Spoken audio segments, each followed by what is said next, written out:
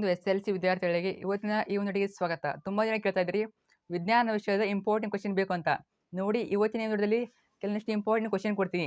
ಎಷ್ಟು ಮಾರ್ಕ್ಸ್ ಬರ್ತವೆ ಏನು ಅಂತ ಕಂಪ್ಲೀಟ್ ಆಗಿ ಮುಂದೆ ಹೇಳ್ತೀನಿ. ಸೊ ಬನ್ನಿ ಇವತ್ತಿನ ವಿಡಿಯೋನ ಶುರು ಮಾಡೋಣ.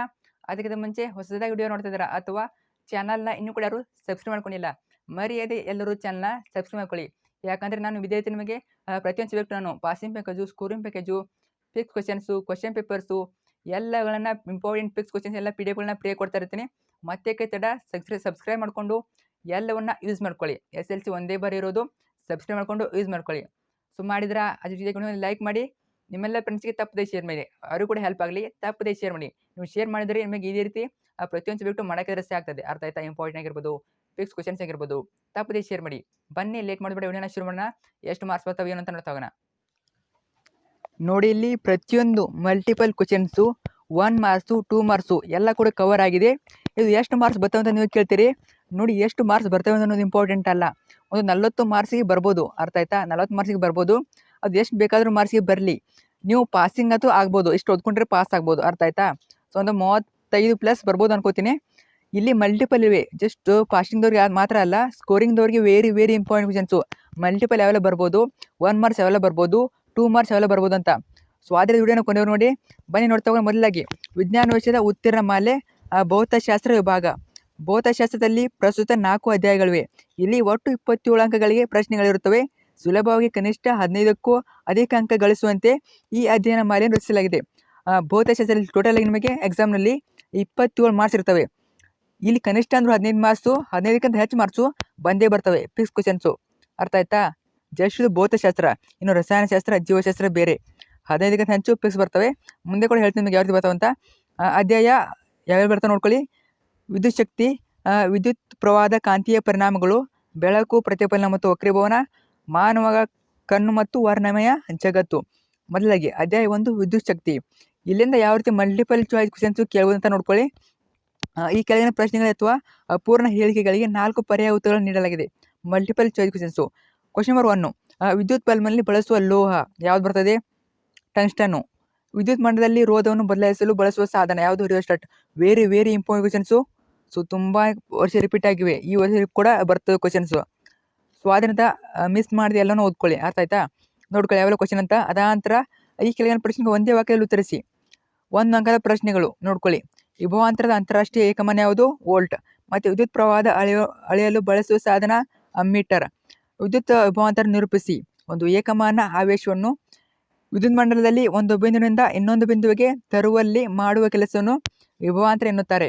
ಇದೇ ರೀತಿ ಕ್ವೆಶ್ಚನ್ ನೋಡ್ಕೊಳ್ಳಿ. Very important. ಒಂದು 40 ಪೇಜ್ ಇದೆ, ಚೆನ್ನಾಗಿ ಓದ್ಕೋಬೇಕು. ನೋಡ್ಕೊಳ್ಳಿ, ಪ್ರತಿಯೊಂದು ಕ್ವೆಶ್ಚನ್ ಓದ್ಕೊಳ್ಳಿ. ಈ ಕೆಳಗಿನ ಪ್ರಶ್ನೆಗಳಿಗೆ 2-3 ವಾಕ್ಯಗಳು ಉತ್ತರಿಸಿ. 2 ಮಾರ್ಕ್ಸ್ಗೆ ಯಾವ ರೀತಿ ಕ್ವೆಶ್ಚನ್ ಕೇಳ್ತಾರೆ ಎಕ್ಸಾಮ್ನಲ್ಲಿ. ಬುಕ್ನಲ್ಲಿ ಬೇರೆ ಇರ್ತವೆ, ಎಕ್ಸಾಮ್ನಲ್ಲಿ ಬೇರೆ ಕ್ವೆಶ್ಚನ್ ಕೇಳ್ತಾರೆ. ಅರ್ಥ ಆಯ್ತಾ? ಓಮ್ನ ನಿಯಮವನ್ನು ನಿರೂಪಿಸಿ. Very important. ಮತ್ತು ವಾಹಕದ ರೋಧ ಅವಲಂಬಿಸಿರುವ ಅಂಶಗಳು ಇಂಪಾರ್ಟೆಂಟು ಯಾವುವು ನೋಡ್ಕೊಳ್ಳಿ. ಸೊ ಪ್ರತಿಯೊಂದು ಜೌಲ್ನ ಉಷ್ಣೋತ್ಪಾದನ ವೆರಿ ಇಂಪಾರ್ಟೆಂಟು. ಎಲ್ಲ ಕೂಡ ಇಂಪಾರ್ಟೆಂಟ್ ನೋಡ್ಕೊಳ್ಳಿ. ಫ್ಯೂಸ್ ಹೇಗೆ ಕಾರ್ಯನಿರ್ವಹಿಸುತ್ತದೆ ಇದು ಕೂಡ ಇಂಪಾರ್ಟೆಂಟು. ಅರ್ಥ ಆಯ್ತಾ? ಮತ್ತು 2 ಮಾರ್ಕ್ಸಿಗೆ ನಿಮಗೆ ಸರಳ ವಿದ್ಯುತ್ ಮಂಡಲ ರೇಖಾಚಿತ್ರ ಕೇಳ್ತಾರೆ, ಫಿಕ್ಸ್ ಕೇಳ್ತಾರೆ. ನೋಡ್ಕೊಳ್ಳಿ, ವೆರಿ ಇಂಪಾರ್ಟೆಂಟು. ಇನ್ನು ರೋಧಕಗಳ ಸಮಾಂತರ ಜೋಡಣೆಯ ರೇಖಾಚಿತ್ರ ಬಿಡಿಸಿ. ಅಮ್ಮೀಟರ್, ವೋಲ್ಟ್ ಮೀಟರ್ ಮತ್ತು ಸ್ವಿಚ್ ಗುರುತಿಸಿ. ನೋಡ್ಕೊಳ್ಳಿ, 2 ಮಾರ್ಕ್ಸಿಗೆ ಇವೆಲ್ಲ ಕೇಳ್ತಾರೆ ಚಿತ್ರಗಳನ್ನ. ಮತ್ತು ರೋಧಕಗಳ ಸರಣಿ ಜೋಡಣೆಯ ಚಿತ್ರ ಬಿಡಿಸಿ ಭಾಗಗಳನ್ನು ಗುರುತಿಸಿ. Very important. ಮತ್ತು ವಿದ್ಯುತ್ ಪ್ರವಾಹದ ಕಾಂತೀಯ ಪರಿಣಾಮಗಳು 2ನೇ ಅಧ್ಯಾಯ. ಇಲ್ಲಿಂದ ಮಲ್ಟಿಪಲ್ ಯಾವ ರೀತಿ ಕೇಳ್ತಾರೆ ನೋಡಿ. ಫ್ಲೇಮಿಂಗ್ನ ಎಡಗೈ ನಿಯಮದಲ್ಲಿ ಮಧ್ಯದ ಬೆರಳು ಸೂಚಿಸುವ ದಿಕ್ಕು ಯಾವುದಾಗ್ತದೆ? ಉತ್ತರ ವಿದ್ಯುತ್ ಪ್ರವಾಹದ ದಿಕ್ಕನ್ನು ತೋರಿಸ್ತದೆ. ಇನ್ನು ಅವಾಹಕ ಹೊದಿಕಿರುವ ವಾಹಕ ತಂತಿಯ ಸುರುಳಿಯನ್ನು ಹೀಗೆ ಕರೆಯುತ್ತಾರೆ, ಏನಂತ ಕರೀತಾರೆ? ಸೊ ವಿತ್ ಆನ್ಸರ್ ತುಂಬ ಹೆಲ್ಪ್ ಆಗ್ತದೆ. ಸೊಲೆನಾಯ್ಡು. ಸೊ ಏನು ಬುಕ್ ತಗೊಂಡು ಹುಡುಕ್ಬೇಕು ಅಂತ ಅವಶ್ಯಕತೆ ಇಲ್ಲ. ವಿತ್ ಆನ್ಸರ್ ಇರೋದ್ರಿಂದ ಜಸ್ಟ್ ಓದ್ತಾ ಹೋಗೋದಷ್ಟೇ. ಸೊ ಜಸ್ಟ್ ಓದ್ತಾ ಹೋಗೋದು. ಅರ್ಥ ಆಯ್ತಾ? ಸೊ ನಿಮ್ಮೆಲ್ಲ ಫ್ರೆಂಡ್ಸ್ಗೆ ತಪ್ಪದೇ ಶೇರ್ ಮಾಡಿ. ನೋಡಿ, ಪ್ರತಿಯೊಂದು ಕ್ವೆಶ್ಚನ್ ಓದ್ತಾ ಹೋಗಿ. ನಾನು ಸಾಲ್ವ್ ಮಾಡ್ತಾ ಇದ್ದೀನಿ, ನೀವು ಪಾಸ್ ಮಾಡಿಬಿಟ್ಟು ಓದ್ಕೊಳ್ಳಿ. ಈ ಕೆಳಗಿನ ಪ್ರಶ್ನೆಗಳಿಗೆ 1 ವಾಕ್ಯದಲ್ಲಿ ಉತ್ತರಿಸಿ. 1 ಮಾರ್ಕ್ಸ್ ಯಾವತ್ತು ಕ್ವೆಶ್ಚನ್ ಕೇಳ್ತಾರೆ ನೋಡ್ಕೊಳ್ಳಿ. Very important ಕ್ವೆಶ್ಚನ್ಸು. ಅದಾನಂತರ 2-3 ವಾಕ್ಯಗಳು ಉತ್ತರಿಸಿ, ಅಂದರೆ 2 ಮಾರ್ಕ್ಸು. ನೋಡ್ಕೊಳ್ಳಿ, ಇಲ್ಲಿ ಯಾವುದು ಕ್ವೆಶ್ಚನ್. ಒಂದು ನೇರವಾದ ವಾಹಕ ತಂತಿಯ ಸುತ್ತ ಕಾಂತೀಯ ಬಲರೇಖೆಗಳನ್ನು ಸೂಚಿಸುವ ಏಕಕೇಂದ್ರ ವೃತ್ತಗಳ ಮಾದರಿ ಚಿತ್ರ ಬರೆಯಿರಿ. ನಿಮಗೆ ಸ್ಕೋರಿಂಗ್ ಪ್ಯಾಕೇಜ್ ಕೂಡ ಹಾಕ್ತೀನಿ. 70+ ಅಂಕಗಳ ಸ್ಕೋರಿಂಗ್ ಪ್ಯಾಕೇಜ್ ಹಾಕ್ತೀನಿ. ಮತ್ತು ಫಿಕ್ಸ್ ಕ್ವೆಶ್ಚನ್ ಕೂಡ ಹಾಕ್ತೀನಿ. ಇವೆಲ್ಲ ವೆರಿ ಇಂಪಾರ್ಟೆಂಟು, ಫಿಕ್ಸ್ ಬರ್ತವೆ ನೋಡ್ಕೊಳ್ಳಿ. ಸೊ ಅವನು ಕೂಡ ಇವೆ ನೋಡ್ಕೊಳ್ಳಿ, ಇವನು ಕೂಡ ಇವೆ ನೋಡ್ಕೊಳ್ಳಿ, ಮತ್ತು ಅವನು ಕೂಡ ನೋಡ್ಕೊಳ್ಳಿ. ಸೊ ತಪ್ಪದೆ ನೋಡ್ಕೊಳ್ಳಿ. ಭೂ ಸಂಪರ್ಕ ತಂತಿಯ ಕಾರ್ಯಗಳನ್ನು ನೋಡ್ಕೊಳ್ಳಿ.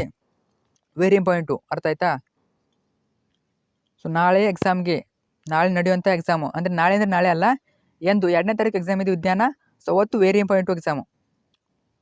ನೋಡ್ಕೊಳ್ಳಿ, ಪ್ರತಿಯೊಂದು ಕ್ವಶನ್ನು ಇಂಪಾರ್ಟೆಂಟು. ಸೊ ಅದಕ್ಕೆ ಆದ ವೇಟೇಜ್ ಇದೆ, ಅದಕ್ಕೆ ಆದ ತನ್ನ ವೇಟೇಜ್ ಇಟ್ಟಿದ್ದಾರೆ ಅವರು. ವೆರಿ ಇಂಪಾರ್ಟೆಂಟು ನೋಡ್ಕೊಳ್ಳಿ. ಇನ್ನು ಫ್ಲೇಮಿಂಗ್ನ ಎಡಗೈ ನಿಯಮ ವೆರಿ ಇಂಪಾರ್ಟೆಂಟು. ಇನ್ನು ಬೆಳಕು, ಪ್ರತಿಫಲನ ಮತ್ತು ವಕ್ರೀಭವನ ಚಾಪ್ಟರಿಂದ ಯಾವುದು ಕ್ವಶನ್ ಕೇಳ್ತಾರೆ? ಮಲ್ಟಿಪಲ್ಲು. ನೋಡಿ, ಈ ಕೆಳಗಿನಲ್ಲಿ ಯಾವ ವಸ್ತುವನ್ನು ಮೊಸರಲ್ಲಿ ತಯಾರಿಕೆ ಬಳಸುವುದಿಲ್ಲ? ಯಾವುದು? ಪ್ಲಾಸ್ಟಿಕ್ಕು. ಈ ರೀತಿ ಕ್ವಶನ್ ಕೇಳ್ತಾರೆ ನಿಮಗೆ ಎಕ್ಸಾಮ್ನಲ್ಲಿ. ಇನ್ನು 1 ಮಾರ್ಕ್ಸ್ ಯಾವುದು ಕ್ವಶನ್ ಕೇಳ್ತಾರೆ ನೋಡ್ಕೊಳ್ಳಿ.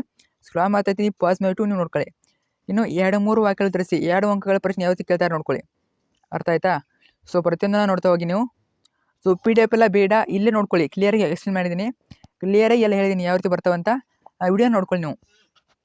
ಸೊ ಸಾಧ್ಯ ಇದ್ದರೆ PDF ಕೂಡ ಹಾಕ್ತೀನಿ ವಾಟ್ಸಪ್ ಚಾನಲಲ್ಲಿ, ನೋಡ್ಕೊಳ್ಳಿ. ಇನ್ನು ಅಧ್ಯಾಯ 4 ಮಾನವ ಕಣ್ಣು ಮತ್ತು ವರ್ಣಮಯ ಜಗತ್ತು. ಇಲ್ಲಿಂದ ಯಾವ ರೀತಿ ಕ್ವಶನ್ ಕೇಳ್ತಾರೆ ನೋಡ್ಕೊಳ್ಳಿ. ಮಾನವ ಕಣ್ಣಿನ ಈ ಭಾಗದಿಂದ ಬೆಳಕು ಹೇಗೆ ಒಳಗೆ ಪ್ರವೇಶಿಸುತ್ತದೆ? ಯಾವುದರಿಂದ? ಕಾರ್ನಿಯಿಂದ. ಇನ್ನು ಮಾನವ ಕಣ್ಣಿನ ಮಸೂರದ ಸಂಗಮ ಹೊಂದಾಣಿಕೆ ಮಾಡುವ ಸಾಮರ್ಥ್ಯವನ್ನು ಹೇಗೆ ನೋಡ್ತಾರೆ? ಏನಂತ ಕರೀತಾರೆ? ಹೊಂದಾಣಿಕೆ ಅಂತ ಕರೀತಾರೆ. ಇನ್ನು ಒಂದು ವಸ್ತುವನ್ನು ವೀಕ್ಷಿಸಲು ಅದು ಕಣ್ಣಿನಿಂದ ಇರಬೇಕಾದ ಕನಿಷ್ಠ ದೂರ ಎಷ್ಟು? ಉತ್ತರ 25 kg. ಅರ್ಥ ಆಯ್ತಾ? ಈ ರೀತಿ ಕ್ವಶನ್ ಕೇಳ್ತಾರೆ. ನೆಕ್ಸ್ಟು 4ನೇದು ನೋಡಿ, 5ನೇದು ನೋಡಿ, ವೆರಿ ಇಂಪಾರ್ಟೆಂಟು. ಇಷ್ಟರಲ್ಲಿ ಒಂದು ಕೇಳ್ತಾರೆ. ಇನ್ನು ಕೆಳಗಿನ ಪ್ರಶ್ನೆಗಳು ಒಂದೇ ವಾಕ್ಯದಲ್ಲಿ ಉತ್ತರಿಸಿ. 1 ಮಾರ್ಕ್ಸ್ನ ಕ್ವಶನ್ಸು ನೋಡ್ಕೊಳ್ಳಿ ಯಾವ ರೀತಿ ಕೇಳ್ತಾರೆ ಅಂತ. ಪ್ರತಿಯೊಂದನ್ನು ಸ್ಕ್ರೋಲ್ ಮಾಡ್ತಾ ಇದ್ದೀನಿ, ಪಾಸ್ ಮಾಡಿಬಿಟ್ಟು ಪ್ರತಿಯೊಂದನ್ನು ಓದ್ತಾ ಹೋಗಿ. ಬೆಳಕಿನ ವರ್ಣಮಯ ವಿಭಜನೆ ವೆರಿ ಇಂಪಾರ್ಟೆಂಟು. ಕಾಮನ ಬಿಲ್ಲು ಹೇಗೆ ಮೂಡ್ತದೆ? Very important. ನಕ್ಷತ್ರ ಮೀನುಗಳ ಕಾರಣ ವೆರಿ ಇಂಪಾರ್ಟೆಂಟು. ನಿಮ್ಮ ಪುಸ್ತಕದಲ್ಲಿ ಹುಡುಕೋದಕ್ಕೆ ಸಾಧ್ಯ ಆಗೋದಿಲ್ಲ ಅಂತೆಲ್ಲ ಕ್ವಶನ್ ಇಲ್ಲಿವೆ. ಇನ್ನು 2 ಮಾರ್ಕ್ಸ್ಗೆ ಅವ್ರದ್ದು ಕ್ವಶನ್ ಕೇಳ್ತಾರೆ ನೋಡಿ. ನಿಮಗೆ ವೆರಿ ಇಂಪಾರ್ಟೆಂಟ್ ಇವೆಲ್ಲ ಕ್ವಶನ್ಸು ನೋಡಿ. ಇಲ್ಲಿ ದೂರದೃಷ್ಟಿ ತೋರಿಸುವ ಹಾಗೂ ಪರಿಹರಿಸುವ ಚಿತ್ರ ಬಿಡಿಸಿ, ಭಾಗಗಳನ್ನು ಗುರುತಿಸಿ. ಅರ್ಥ ಆಯ್ತಾ? ಸೊ ಇಷ್ಟರಲ್ಲಿ ಒಂದು ಕೇಳ್ತಾರೆ. ಇನ್ನು ರಸಾಯನಶಾಸ್ತ್ರ ಭಾಗ ಬಿ ಬಂದು ಈಗ. ಇಲ್ಲಿಂದ ರಸಾಯನಶಾಸ್ತ್ರದಲ್ಲಿ ಯಾವತ್ತು ಕ್ವಶನ್ ಕೇಳ್ತಾರೆ? ಕರ್ನಾಟಕ ಪ್ರೌಢಶಿಕ್ಷಣ ಪರೀಕ್ಷಾ ಮಂಡಳಿಯಿಂದ ಅಧ್ಯಾಯವಾರು ಅಂಕ ಹಂಚಿಕೆ ಬದಲಾಗಿ ಮುಖ್ಯಾಂಶ ಆಧಾರಿತ ಅಂಕ ಹಂಚಿಕೆಯನ್ನು ಅನಿಸುತ್ತದೆ. ಅದರಂತೆ ಅಂಕ ಹಂಚಿಕೆಯು ಕೆಳಗಿನಂತಿದೆ. ಯಾವ ರೀತಿ ಕ್ವಶನ್ ಕೇಳ್ತಾರೆ ನಿಮಗೆ? ಒಟ್ಟು ಅಂಕ ನಿಮಗೆ ರಸಾಯನಶಾಸ್ತ್ರದಿಂದ 25 ಮಾರ್ಕ್ಸ್ ಕೇಳ್ತಾರೆ. ಅದರಲ್ಲಿ ಚಿತ್ರಗಳು 6 ಕೇಳ್ತಾರೆ. ಅರ್ಥ ಆಯ್ತಾ? ಚಿತ್ರಗಳು 6 ನೋಡಿ ಇಲ್ಲಿ. ಇನ್ನು ಸ್ಮರಣೆ 20%, ತಿಳುವಳಿಕೆ 40%, ಅನ್ವಯ 20%. ಇನ್ನು ಸ್ಮರಣೆಗೆ ಬಂದಂತೆ 5ರಿಂದ 6 ಅಂಕ ಕೇಳ್ತಾರೆ. ತಿಳುವಳಿಕೆ 10ರಿಂದ 11 ಅಂಕ. ಅನ್ವಯ ಅಂದರೆ ಸ್ವಲ್ಪ ಟಫ್, 5ರಿಂದ 6 ಅಂಕ ಮಾತ್ರ ಕೇಳ್ತಾರೆ. ಇನ್ನು ಚಿತ್ರ ರಚನಾ ಕೌಶಲ್ಯ 5ರಿಂದ 6 ಅಂಕಗಳು ಕೇಳ್ತಾರೆ ನೋಡ್ಕೊಳ್ಳಿ. ಉನ್ನತ ಮಟ್ಟದ ಆಲೋಚನಾ ಕೌಶಲ್ಯ ಟೋಟಲ್ ಆಗಿ 5ರಿಂದ 6 ಅಂಕಗಳಿರ್ತವೆ. 25ರಿಂದ 27 ಮಾರ್ಕ್ಸು ರಸಾಯನ ವಿಭಾಗದಿಂದ ಕೇಳ್ತಾರೆ. ಇಲ್ಲಿ ನೋಡೋಣ ಯಾವೆಲ್ಲ ಇಂಪಾರ್ಟೆಂಟ್ ಅಂತ. ಮೊದಲದಾಗಿ ರಸಾಯನ ಕ್ರಿಯೆಗಳು ಮತ್ತು ಸಮೀಕರಣಗಳು ಮಲ್ಟಿಪಲ್ ನೋಡ್ಕೊಳ್ಳಿ. 1 ಮಾರ್ಕ್ಸಿಗೆ ಕೇಳ್ತಾರೆ. ಯಾವೆಲ್ಲ ಇಂಪಾರ್ಟೆಂಟ್ ನೋಡ್ಕೊಳ್ಳಿ, ವೆರಿ ಇಂಪಾರ್ಟೆಂಟು. ಇಷ್ಟು ಹೆಲ್ಪ್ ಆಗ್ತದೆ ನಿಮಗೆ, ತುಂಬ ಹೆಲ್ಪ್ ಆಗ್ತದೆ ಹೇಳ್ತಾ ಇದ್ದೀನಲ್ಲ. ತಪ್ಪದೆ ಮೇಲೆ ಫ್ರೆಂಡ್ಸ್ಗೆ ಶೇರ್ ಮಾಡಿ. ಇನ್ನು 1 ಮಾರ್ಕ್ಸ್ ಕ್ವಶನ್ಸ್ ಯಾವ ರೀತಿ ಕೇಳ್ತಾರೆ ನೋಡ್ಕೊಳ್ಳಿ, ವೆರಿ ಇಂಪಾರ್ಟೆಂಟ್ ಕ್ವಶನ್ಸು. ಸೊ ಇಷ್ಟರಲ್ಲಿ ಒಂದು ಬರ್ತದೆ. ಅರ್ಥ ಆಯ್ತಾ? ಇಷ್ಟರಲ್ಲಿ ಒಂದು ಬರ್ತದೆ ನೋಡ್ಕೊಳ್ಳಿ. ಸೊ 2 ಮಾರ್ಕ್ಸ್ ಕ್ವಶನ್ಸ್ ಯಾವ ರೀತಿ ಕೇಳ್ತಾರೆ? ಓಕೆ, ಕರೆಕ್ಟಾಗಿ ನೋಡ್ತಾ ಹೋಗಿ, ಪ್ರತಿಯೊಂದನ್ನು ಕರೆಕ್ಟಾಗಿ ಅಬ್ಸರ್ವ್ ಮಾಡ್ತಾ ಹೋಗಿ. ನಿಮ್ಮ ಎಕ್ಸಾಮ್ಗೆ ಇವೆ ಬರ್ತವೆ, 100% ಬರ್ತವೆ. ಇನ್ನು ಅಂತರಶ್ನಿಕ ಕ್ರಿಯೆ, ಬಹಿರ್ಷ್ಣಿಕ ಕ್ರಿಯೆ ವ್ಯತ್ಯಾಸ ನೋಡ್ಕೊಳ್ಳಿ. ಚಿತ್ರಗಳು ನೋಡ್ಕೊಳ್ಳಿ. ಅರ್ಥ ಆಯ್ತಾ? ಬುಕ್ನಲ್ಲಿ ನೋಡ್ಕೊಳ್ಳಿ, ಪುಸ್ತಕದಲ್ಲಿ ಸ್ವಲ್ಪ ಇಲ್ಲಿ ಇಂಗ್ಲೀಷ್ ಮೀಡಿಯಮ್ ಇದೆ, ಬುಕ್ನಲ್ಲಿ ನೋಡ್ಕೊಳ್ಳಿ. ಅರ್ಥ ಆಯ್ತಾ? ನೀರಿನ ವಿದ್ಯುತ್ ವಿಭಜನೆ ಅಂದವಾದ ಚಿತ್ರ ಬರೀರಿ ನೋಡಿ, ಭಾಗಗಳನ್ನು ಗುರುತಿಸಬೇಕು. ಇನ್ನು ಆಮ್ಲ ಮತ್ತು ಪ್ರತ್ಯಾಮ್ಲ ಮೇಲೆ ಚಾಪ್ಟರ್ ಮೇಲೆ ಯಾವುದು ಕ್ವಶನ್ ಕೇಳ್ತಾರೆ ನೋಡ್ಕೊಳ್ಳಿ. ತುಂಬ ಹೆಲ್ಪ್ ಆಗ್ತದೆ ನಿಮಗೆ. ಸೊ ಮಲ್ಟಿಪಲ್ಲು ತುಂಬ ಜನ ಕೇಳ್ತಾ ಇದ್ರಿ, ನಮಗೆ ಮಲ್ಟಿಪಲ್ ಟಫ್ ಆಗ್ತೇವೆ ಅಂತ ನೋಡಿ. ಇಷ್ಟೇ ಚೆನ್ನಾಗಿ ಓದ್ಕೊಳ್ಳಿ. ಅರ್ಥ ಆಯ್ತಾ? ವೆರಿ ಇಂಪಾರ್ಟೆಂಟ್ ಕ್ವಶನ್ಸು ನಿಮ್ಮ ಎಕ್ಸಾಮಿಗೆ ಬರ್ತವೆ. ಸೊ ಪ್ರತಿಯೊಂದನ್ನು ಸ್ಕ್ರಾಲ್ ಮಾಡ್ತಾ ಇರ್ತೀನಿ, ಪಾಸ್ ಮಾಡಿ ನೋಡ್ಕೊಳ್ಳಿ. ಇನ್ನು 1 ಮಾರ್ಕ್ಸ್ ಕ್ವಶನ್ಸು ಯಾವ ರೀತಿ ಕ್ವಶನ್ ಕೇಳ್ತಾರೆ. ಸೊ ಫಾಸ್ಟಾಗಿ ಹೇಳ್ತಾ ಇರ್ತೀನಿ, ಒಂದು ಸ್ವಲ್ಪ ನೀವು ಪಾಸ್ ಮಾಡಿಬಿಟ್ಟು ವಿಡಿಯೋನ ಪಾಸ್ ಮಾಡಿಬಿಟ್ಟು ನೋಡ್ಕೊಳ್ಳಿ. ಇನ್ನು 2 ಮಾರ್ಕ್ಸಿನ ಕ್ವಶನ್ಸು ಯಾವ ರೀತಿ ಕ್ವಶನ್ ಕೇಳ್ತಾರೆ. ತುಂಬ ಅಂದರೆ ತುಂಬಾ ಇಂಪಾರ್ಟೆಂಟು, ಮತ್ತೊಮ್ಮೆ ಹೇಳ್ತಾ ಇದ್ದೀನಿ ನೋಡ್ಕೊಳ್ಳಿ. ನೋಡಿ, ವಾಷಿಂಗ್ ಸೋಡಾ 3 ಉಪಯೋಗ, ಯಾವ್ದಾದ್ರು ಒಂದು ಉಪಯೋಗ ಕೇಳ್ತಾರೆ ನಮಗೆ. ಅರ್ಥ ಆಯ್ತಾ? Washing soda very important. ಇನ್ನು ಚಿತ್ರ ನೋಡ್ಕೊಳ್ಳಿ. ಇನ್ನು ಯಾವುದು ಸಾರಕ್ತ ಸಲ್ಫರಿಕ್ ಆಮ್ಲ ವೆರಿ ಇಂಪಾರ್ಟೆಂಟು ನೋಡಿ. ನೀರಿನ ಆಮ್ಲೀಯ ದ್ರಾವಣ ವಿದ್ಯುತ್ತನ್ನು ಪ್ರವೇಶಿಸಿದ್ರು ಅಂದವಾದ ಚಿತ್ರ ವೆರಿ ಇಂಪಾರ್ಟೆಂಟು.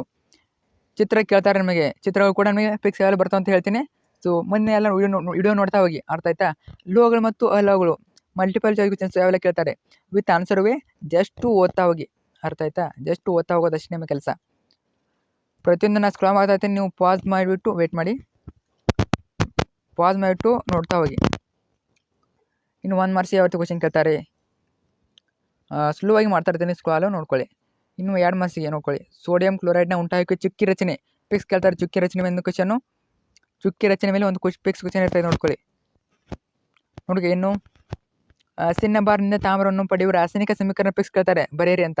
ಇನ್ನು ವ್ಯತ್ಯಾಸ ಫಿಕ್ಸ್ ಕೇಳ್ತಾರೆ, 1 ಅಥವಾ 2 ವ್ಯತ್ಯಾಸ ಫಿಕ್ಸ್ ಕೇಳ್ತಾರೆ. ಹುರಿಯುವಿಕೆ, ಕಾಸುವಿಕೆ ವ್ಯತ್ಯಾಸ, ಲೋಹ ಅಲೋಹ ವ್ಯತ್ಯಾಸ.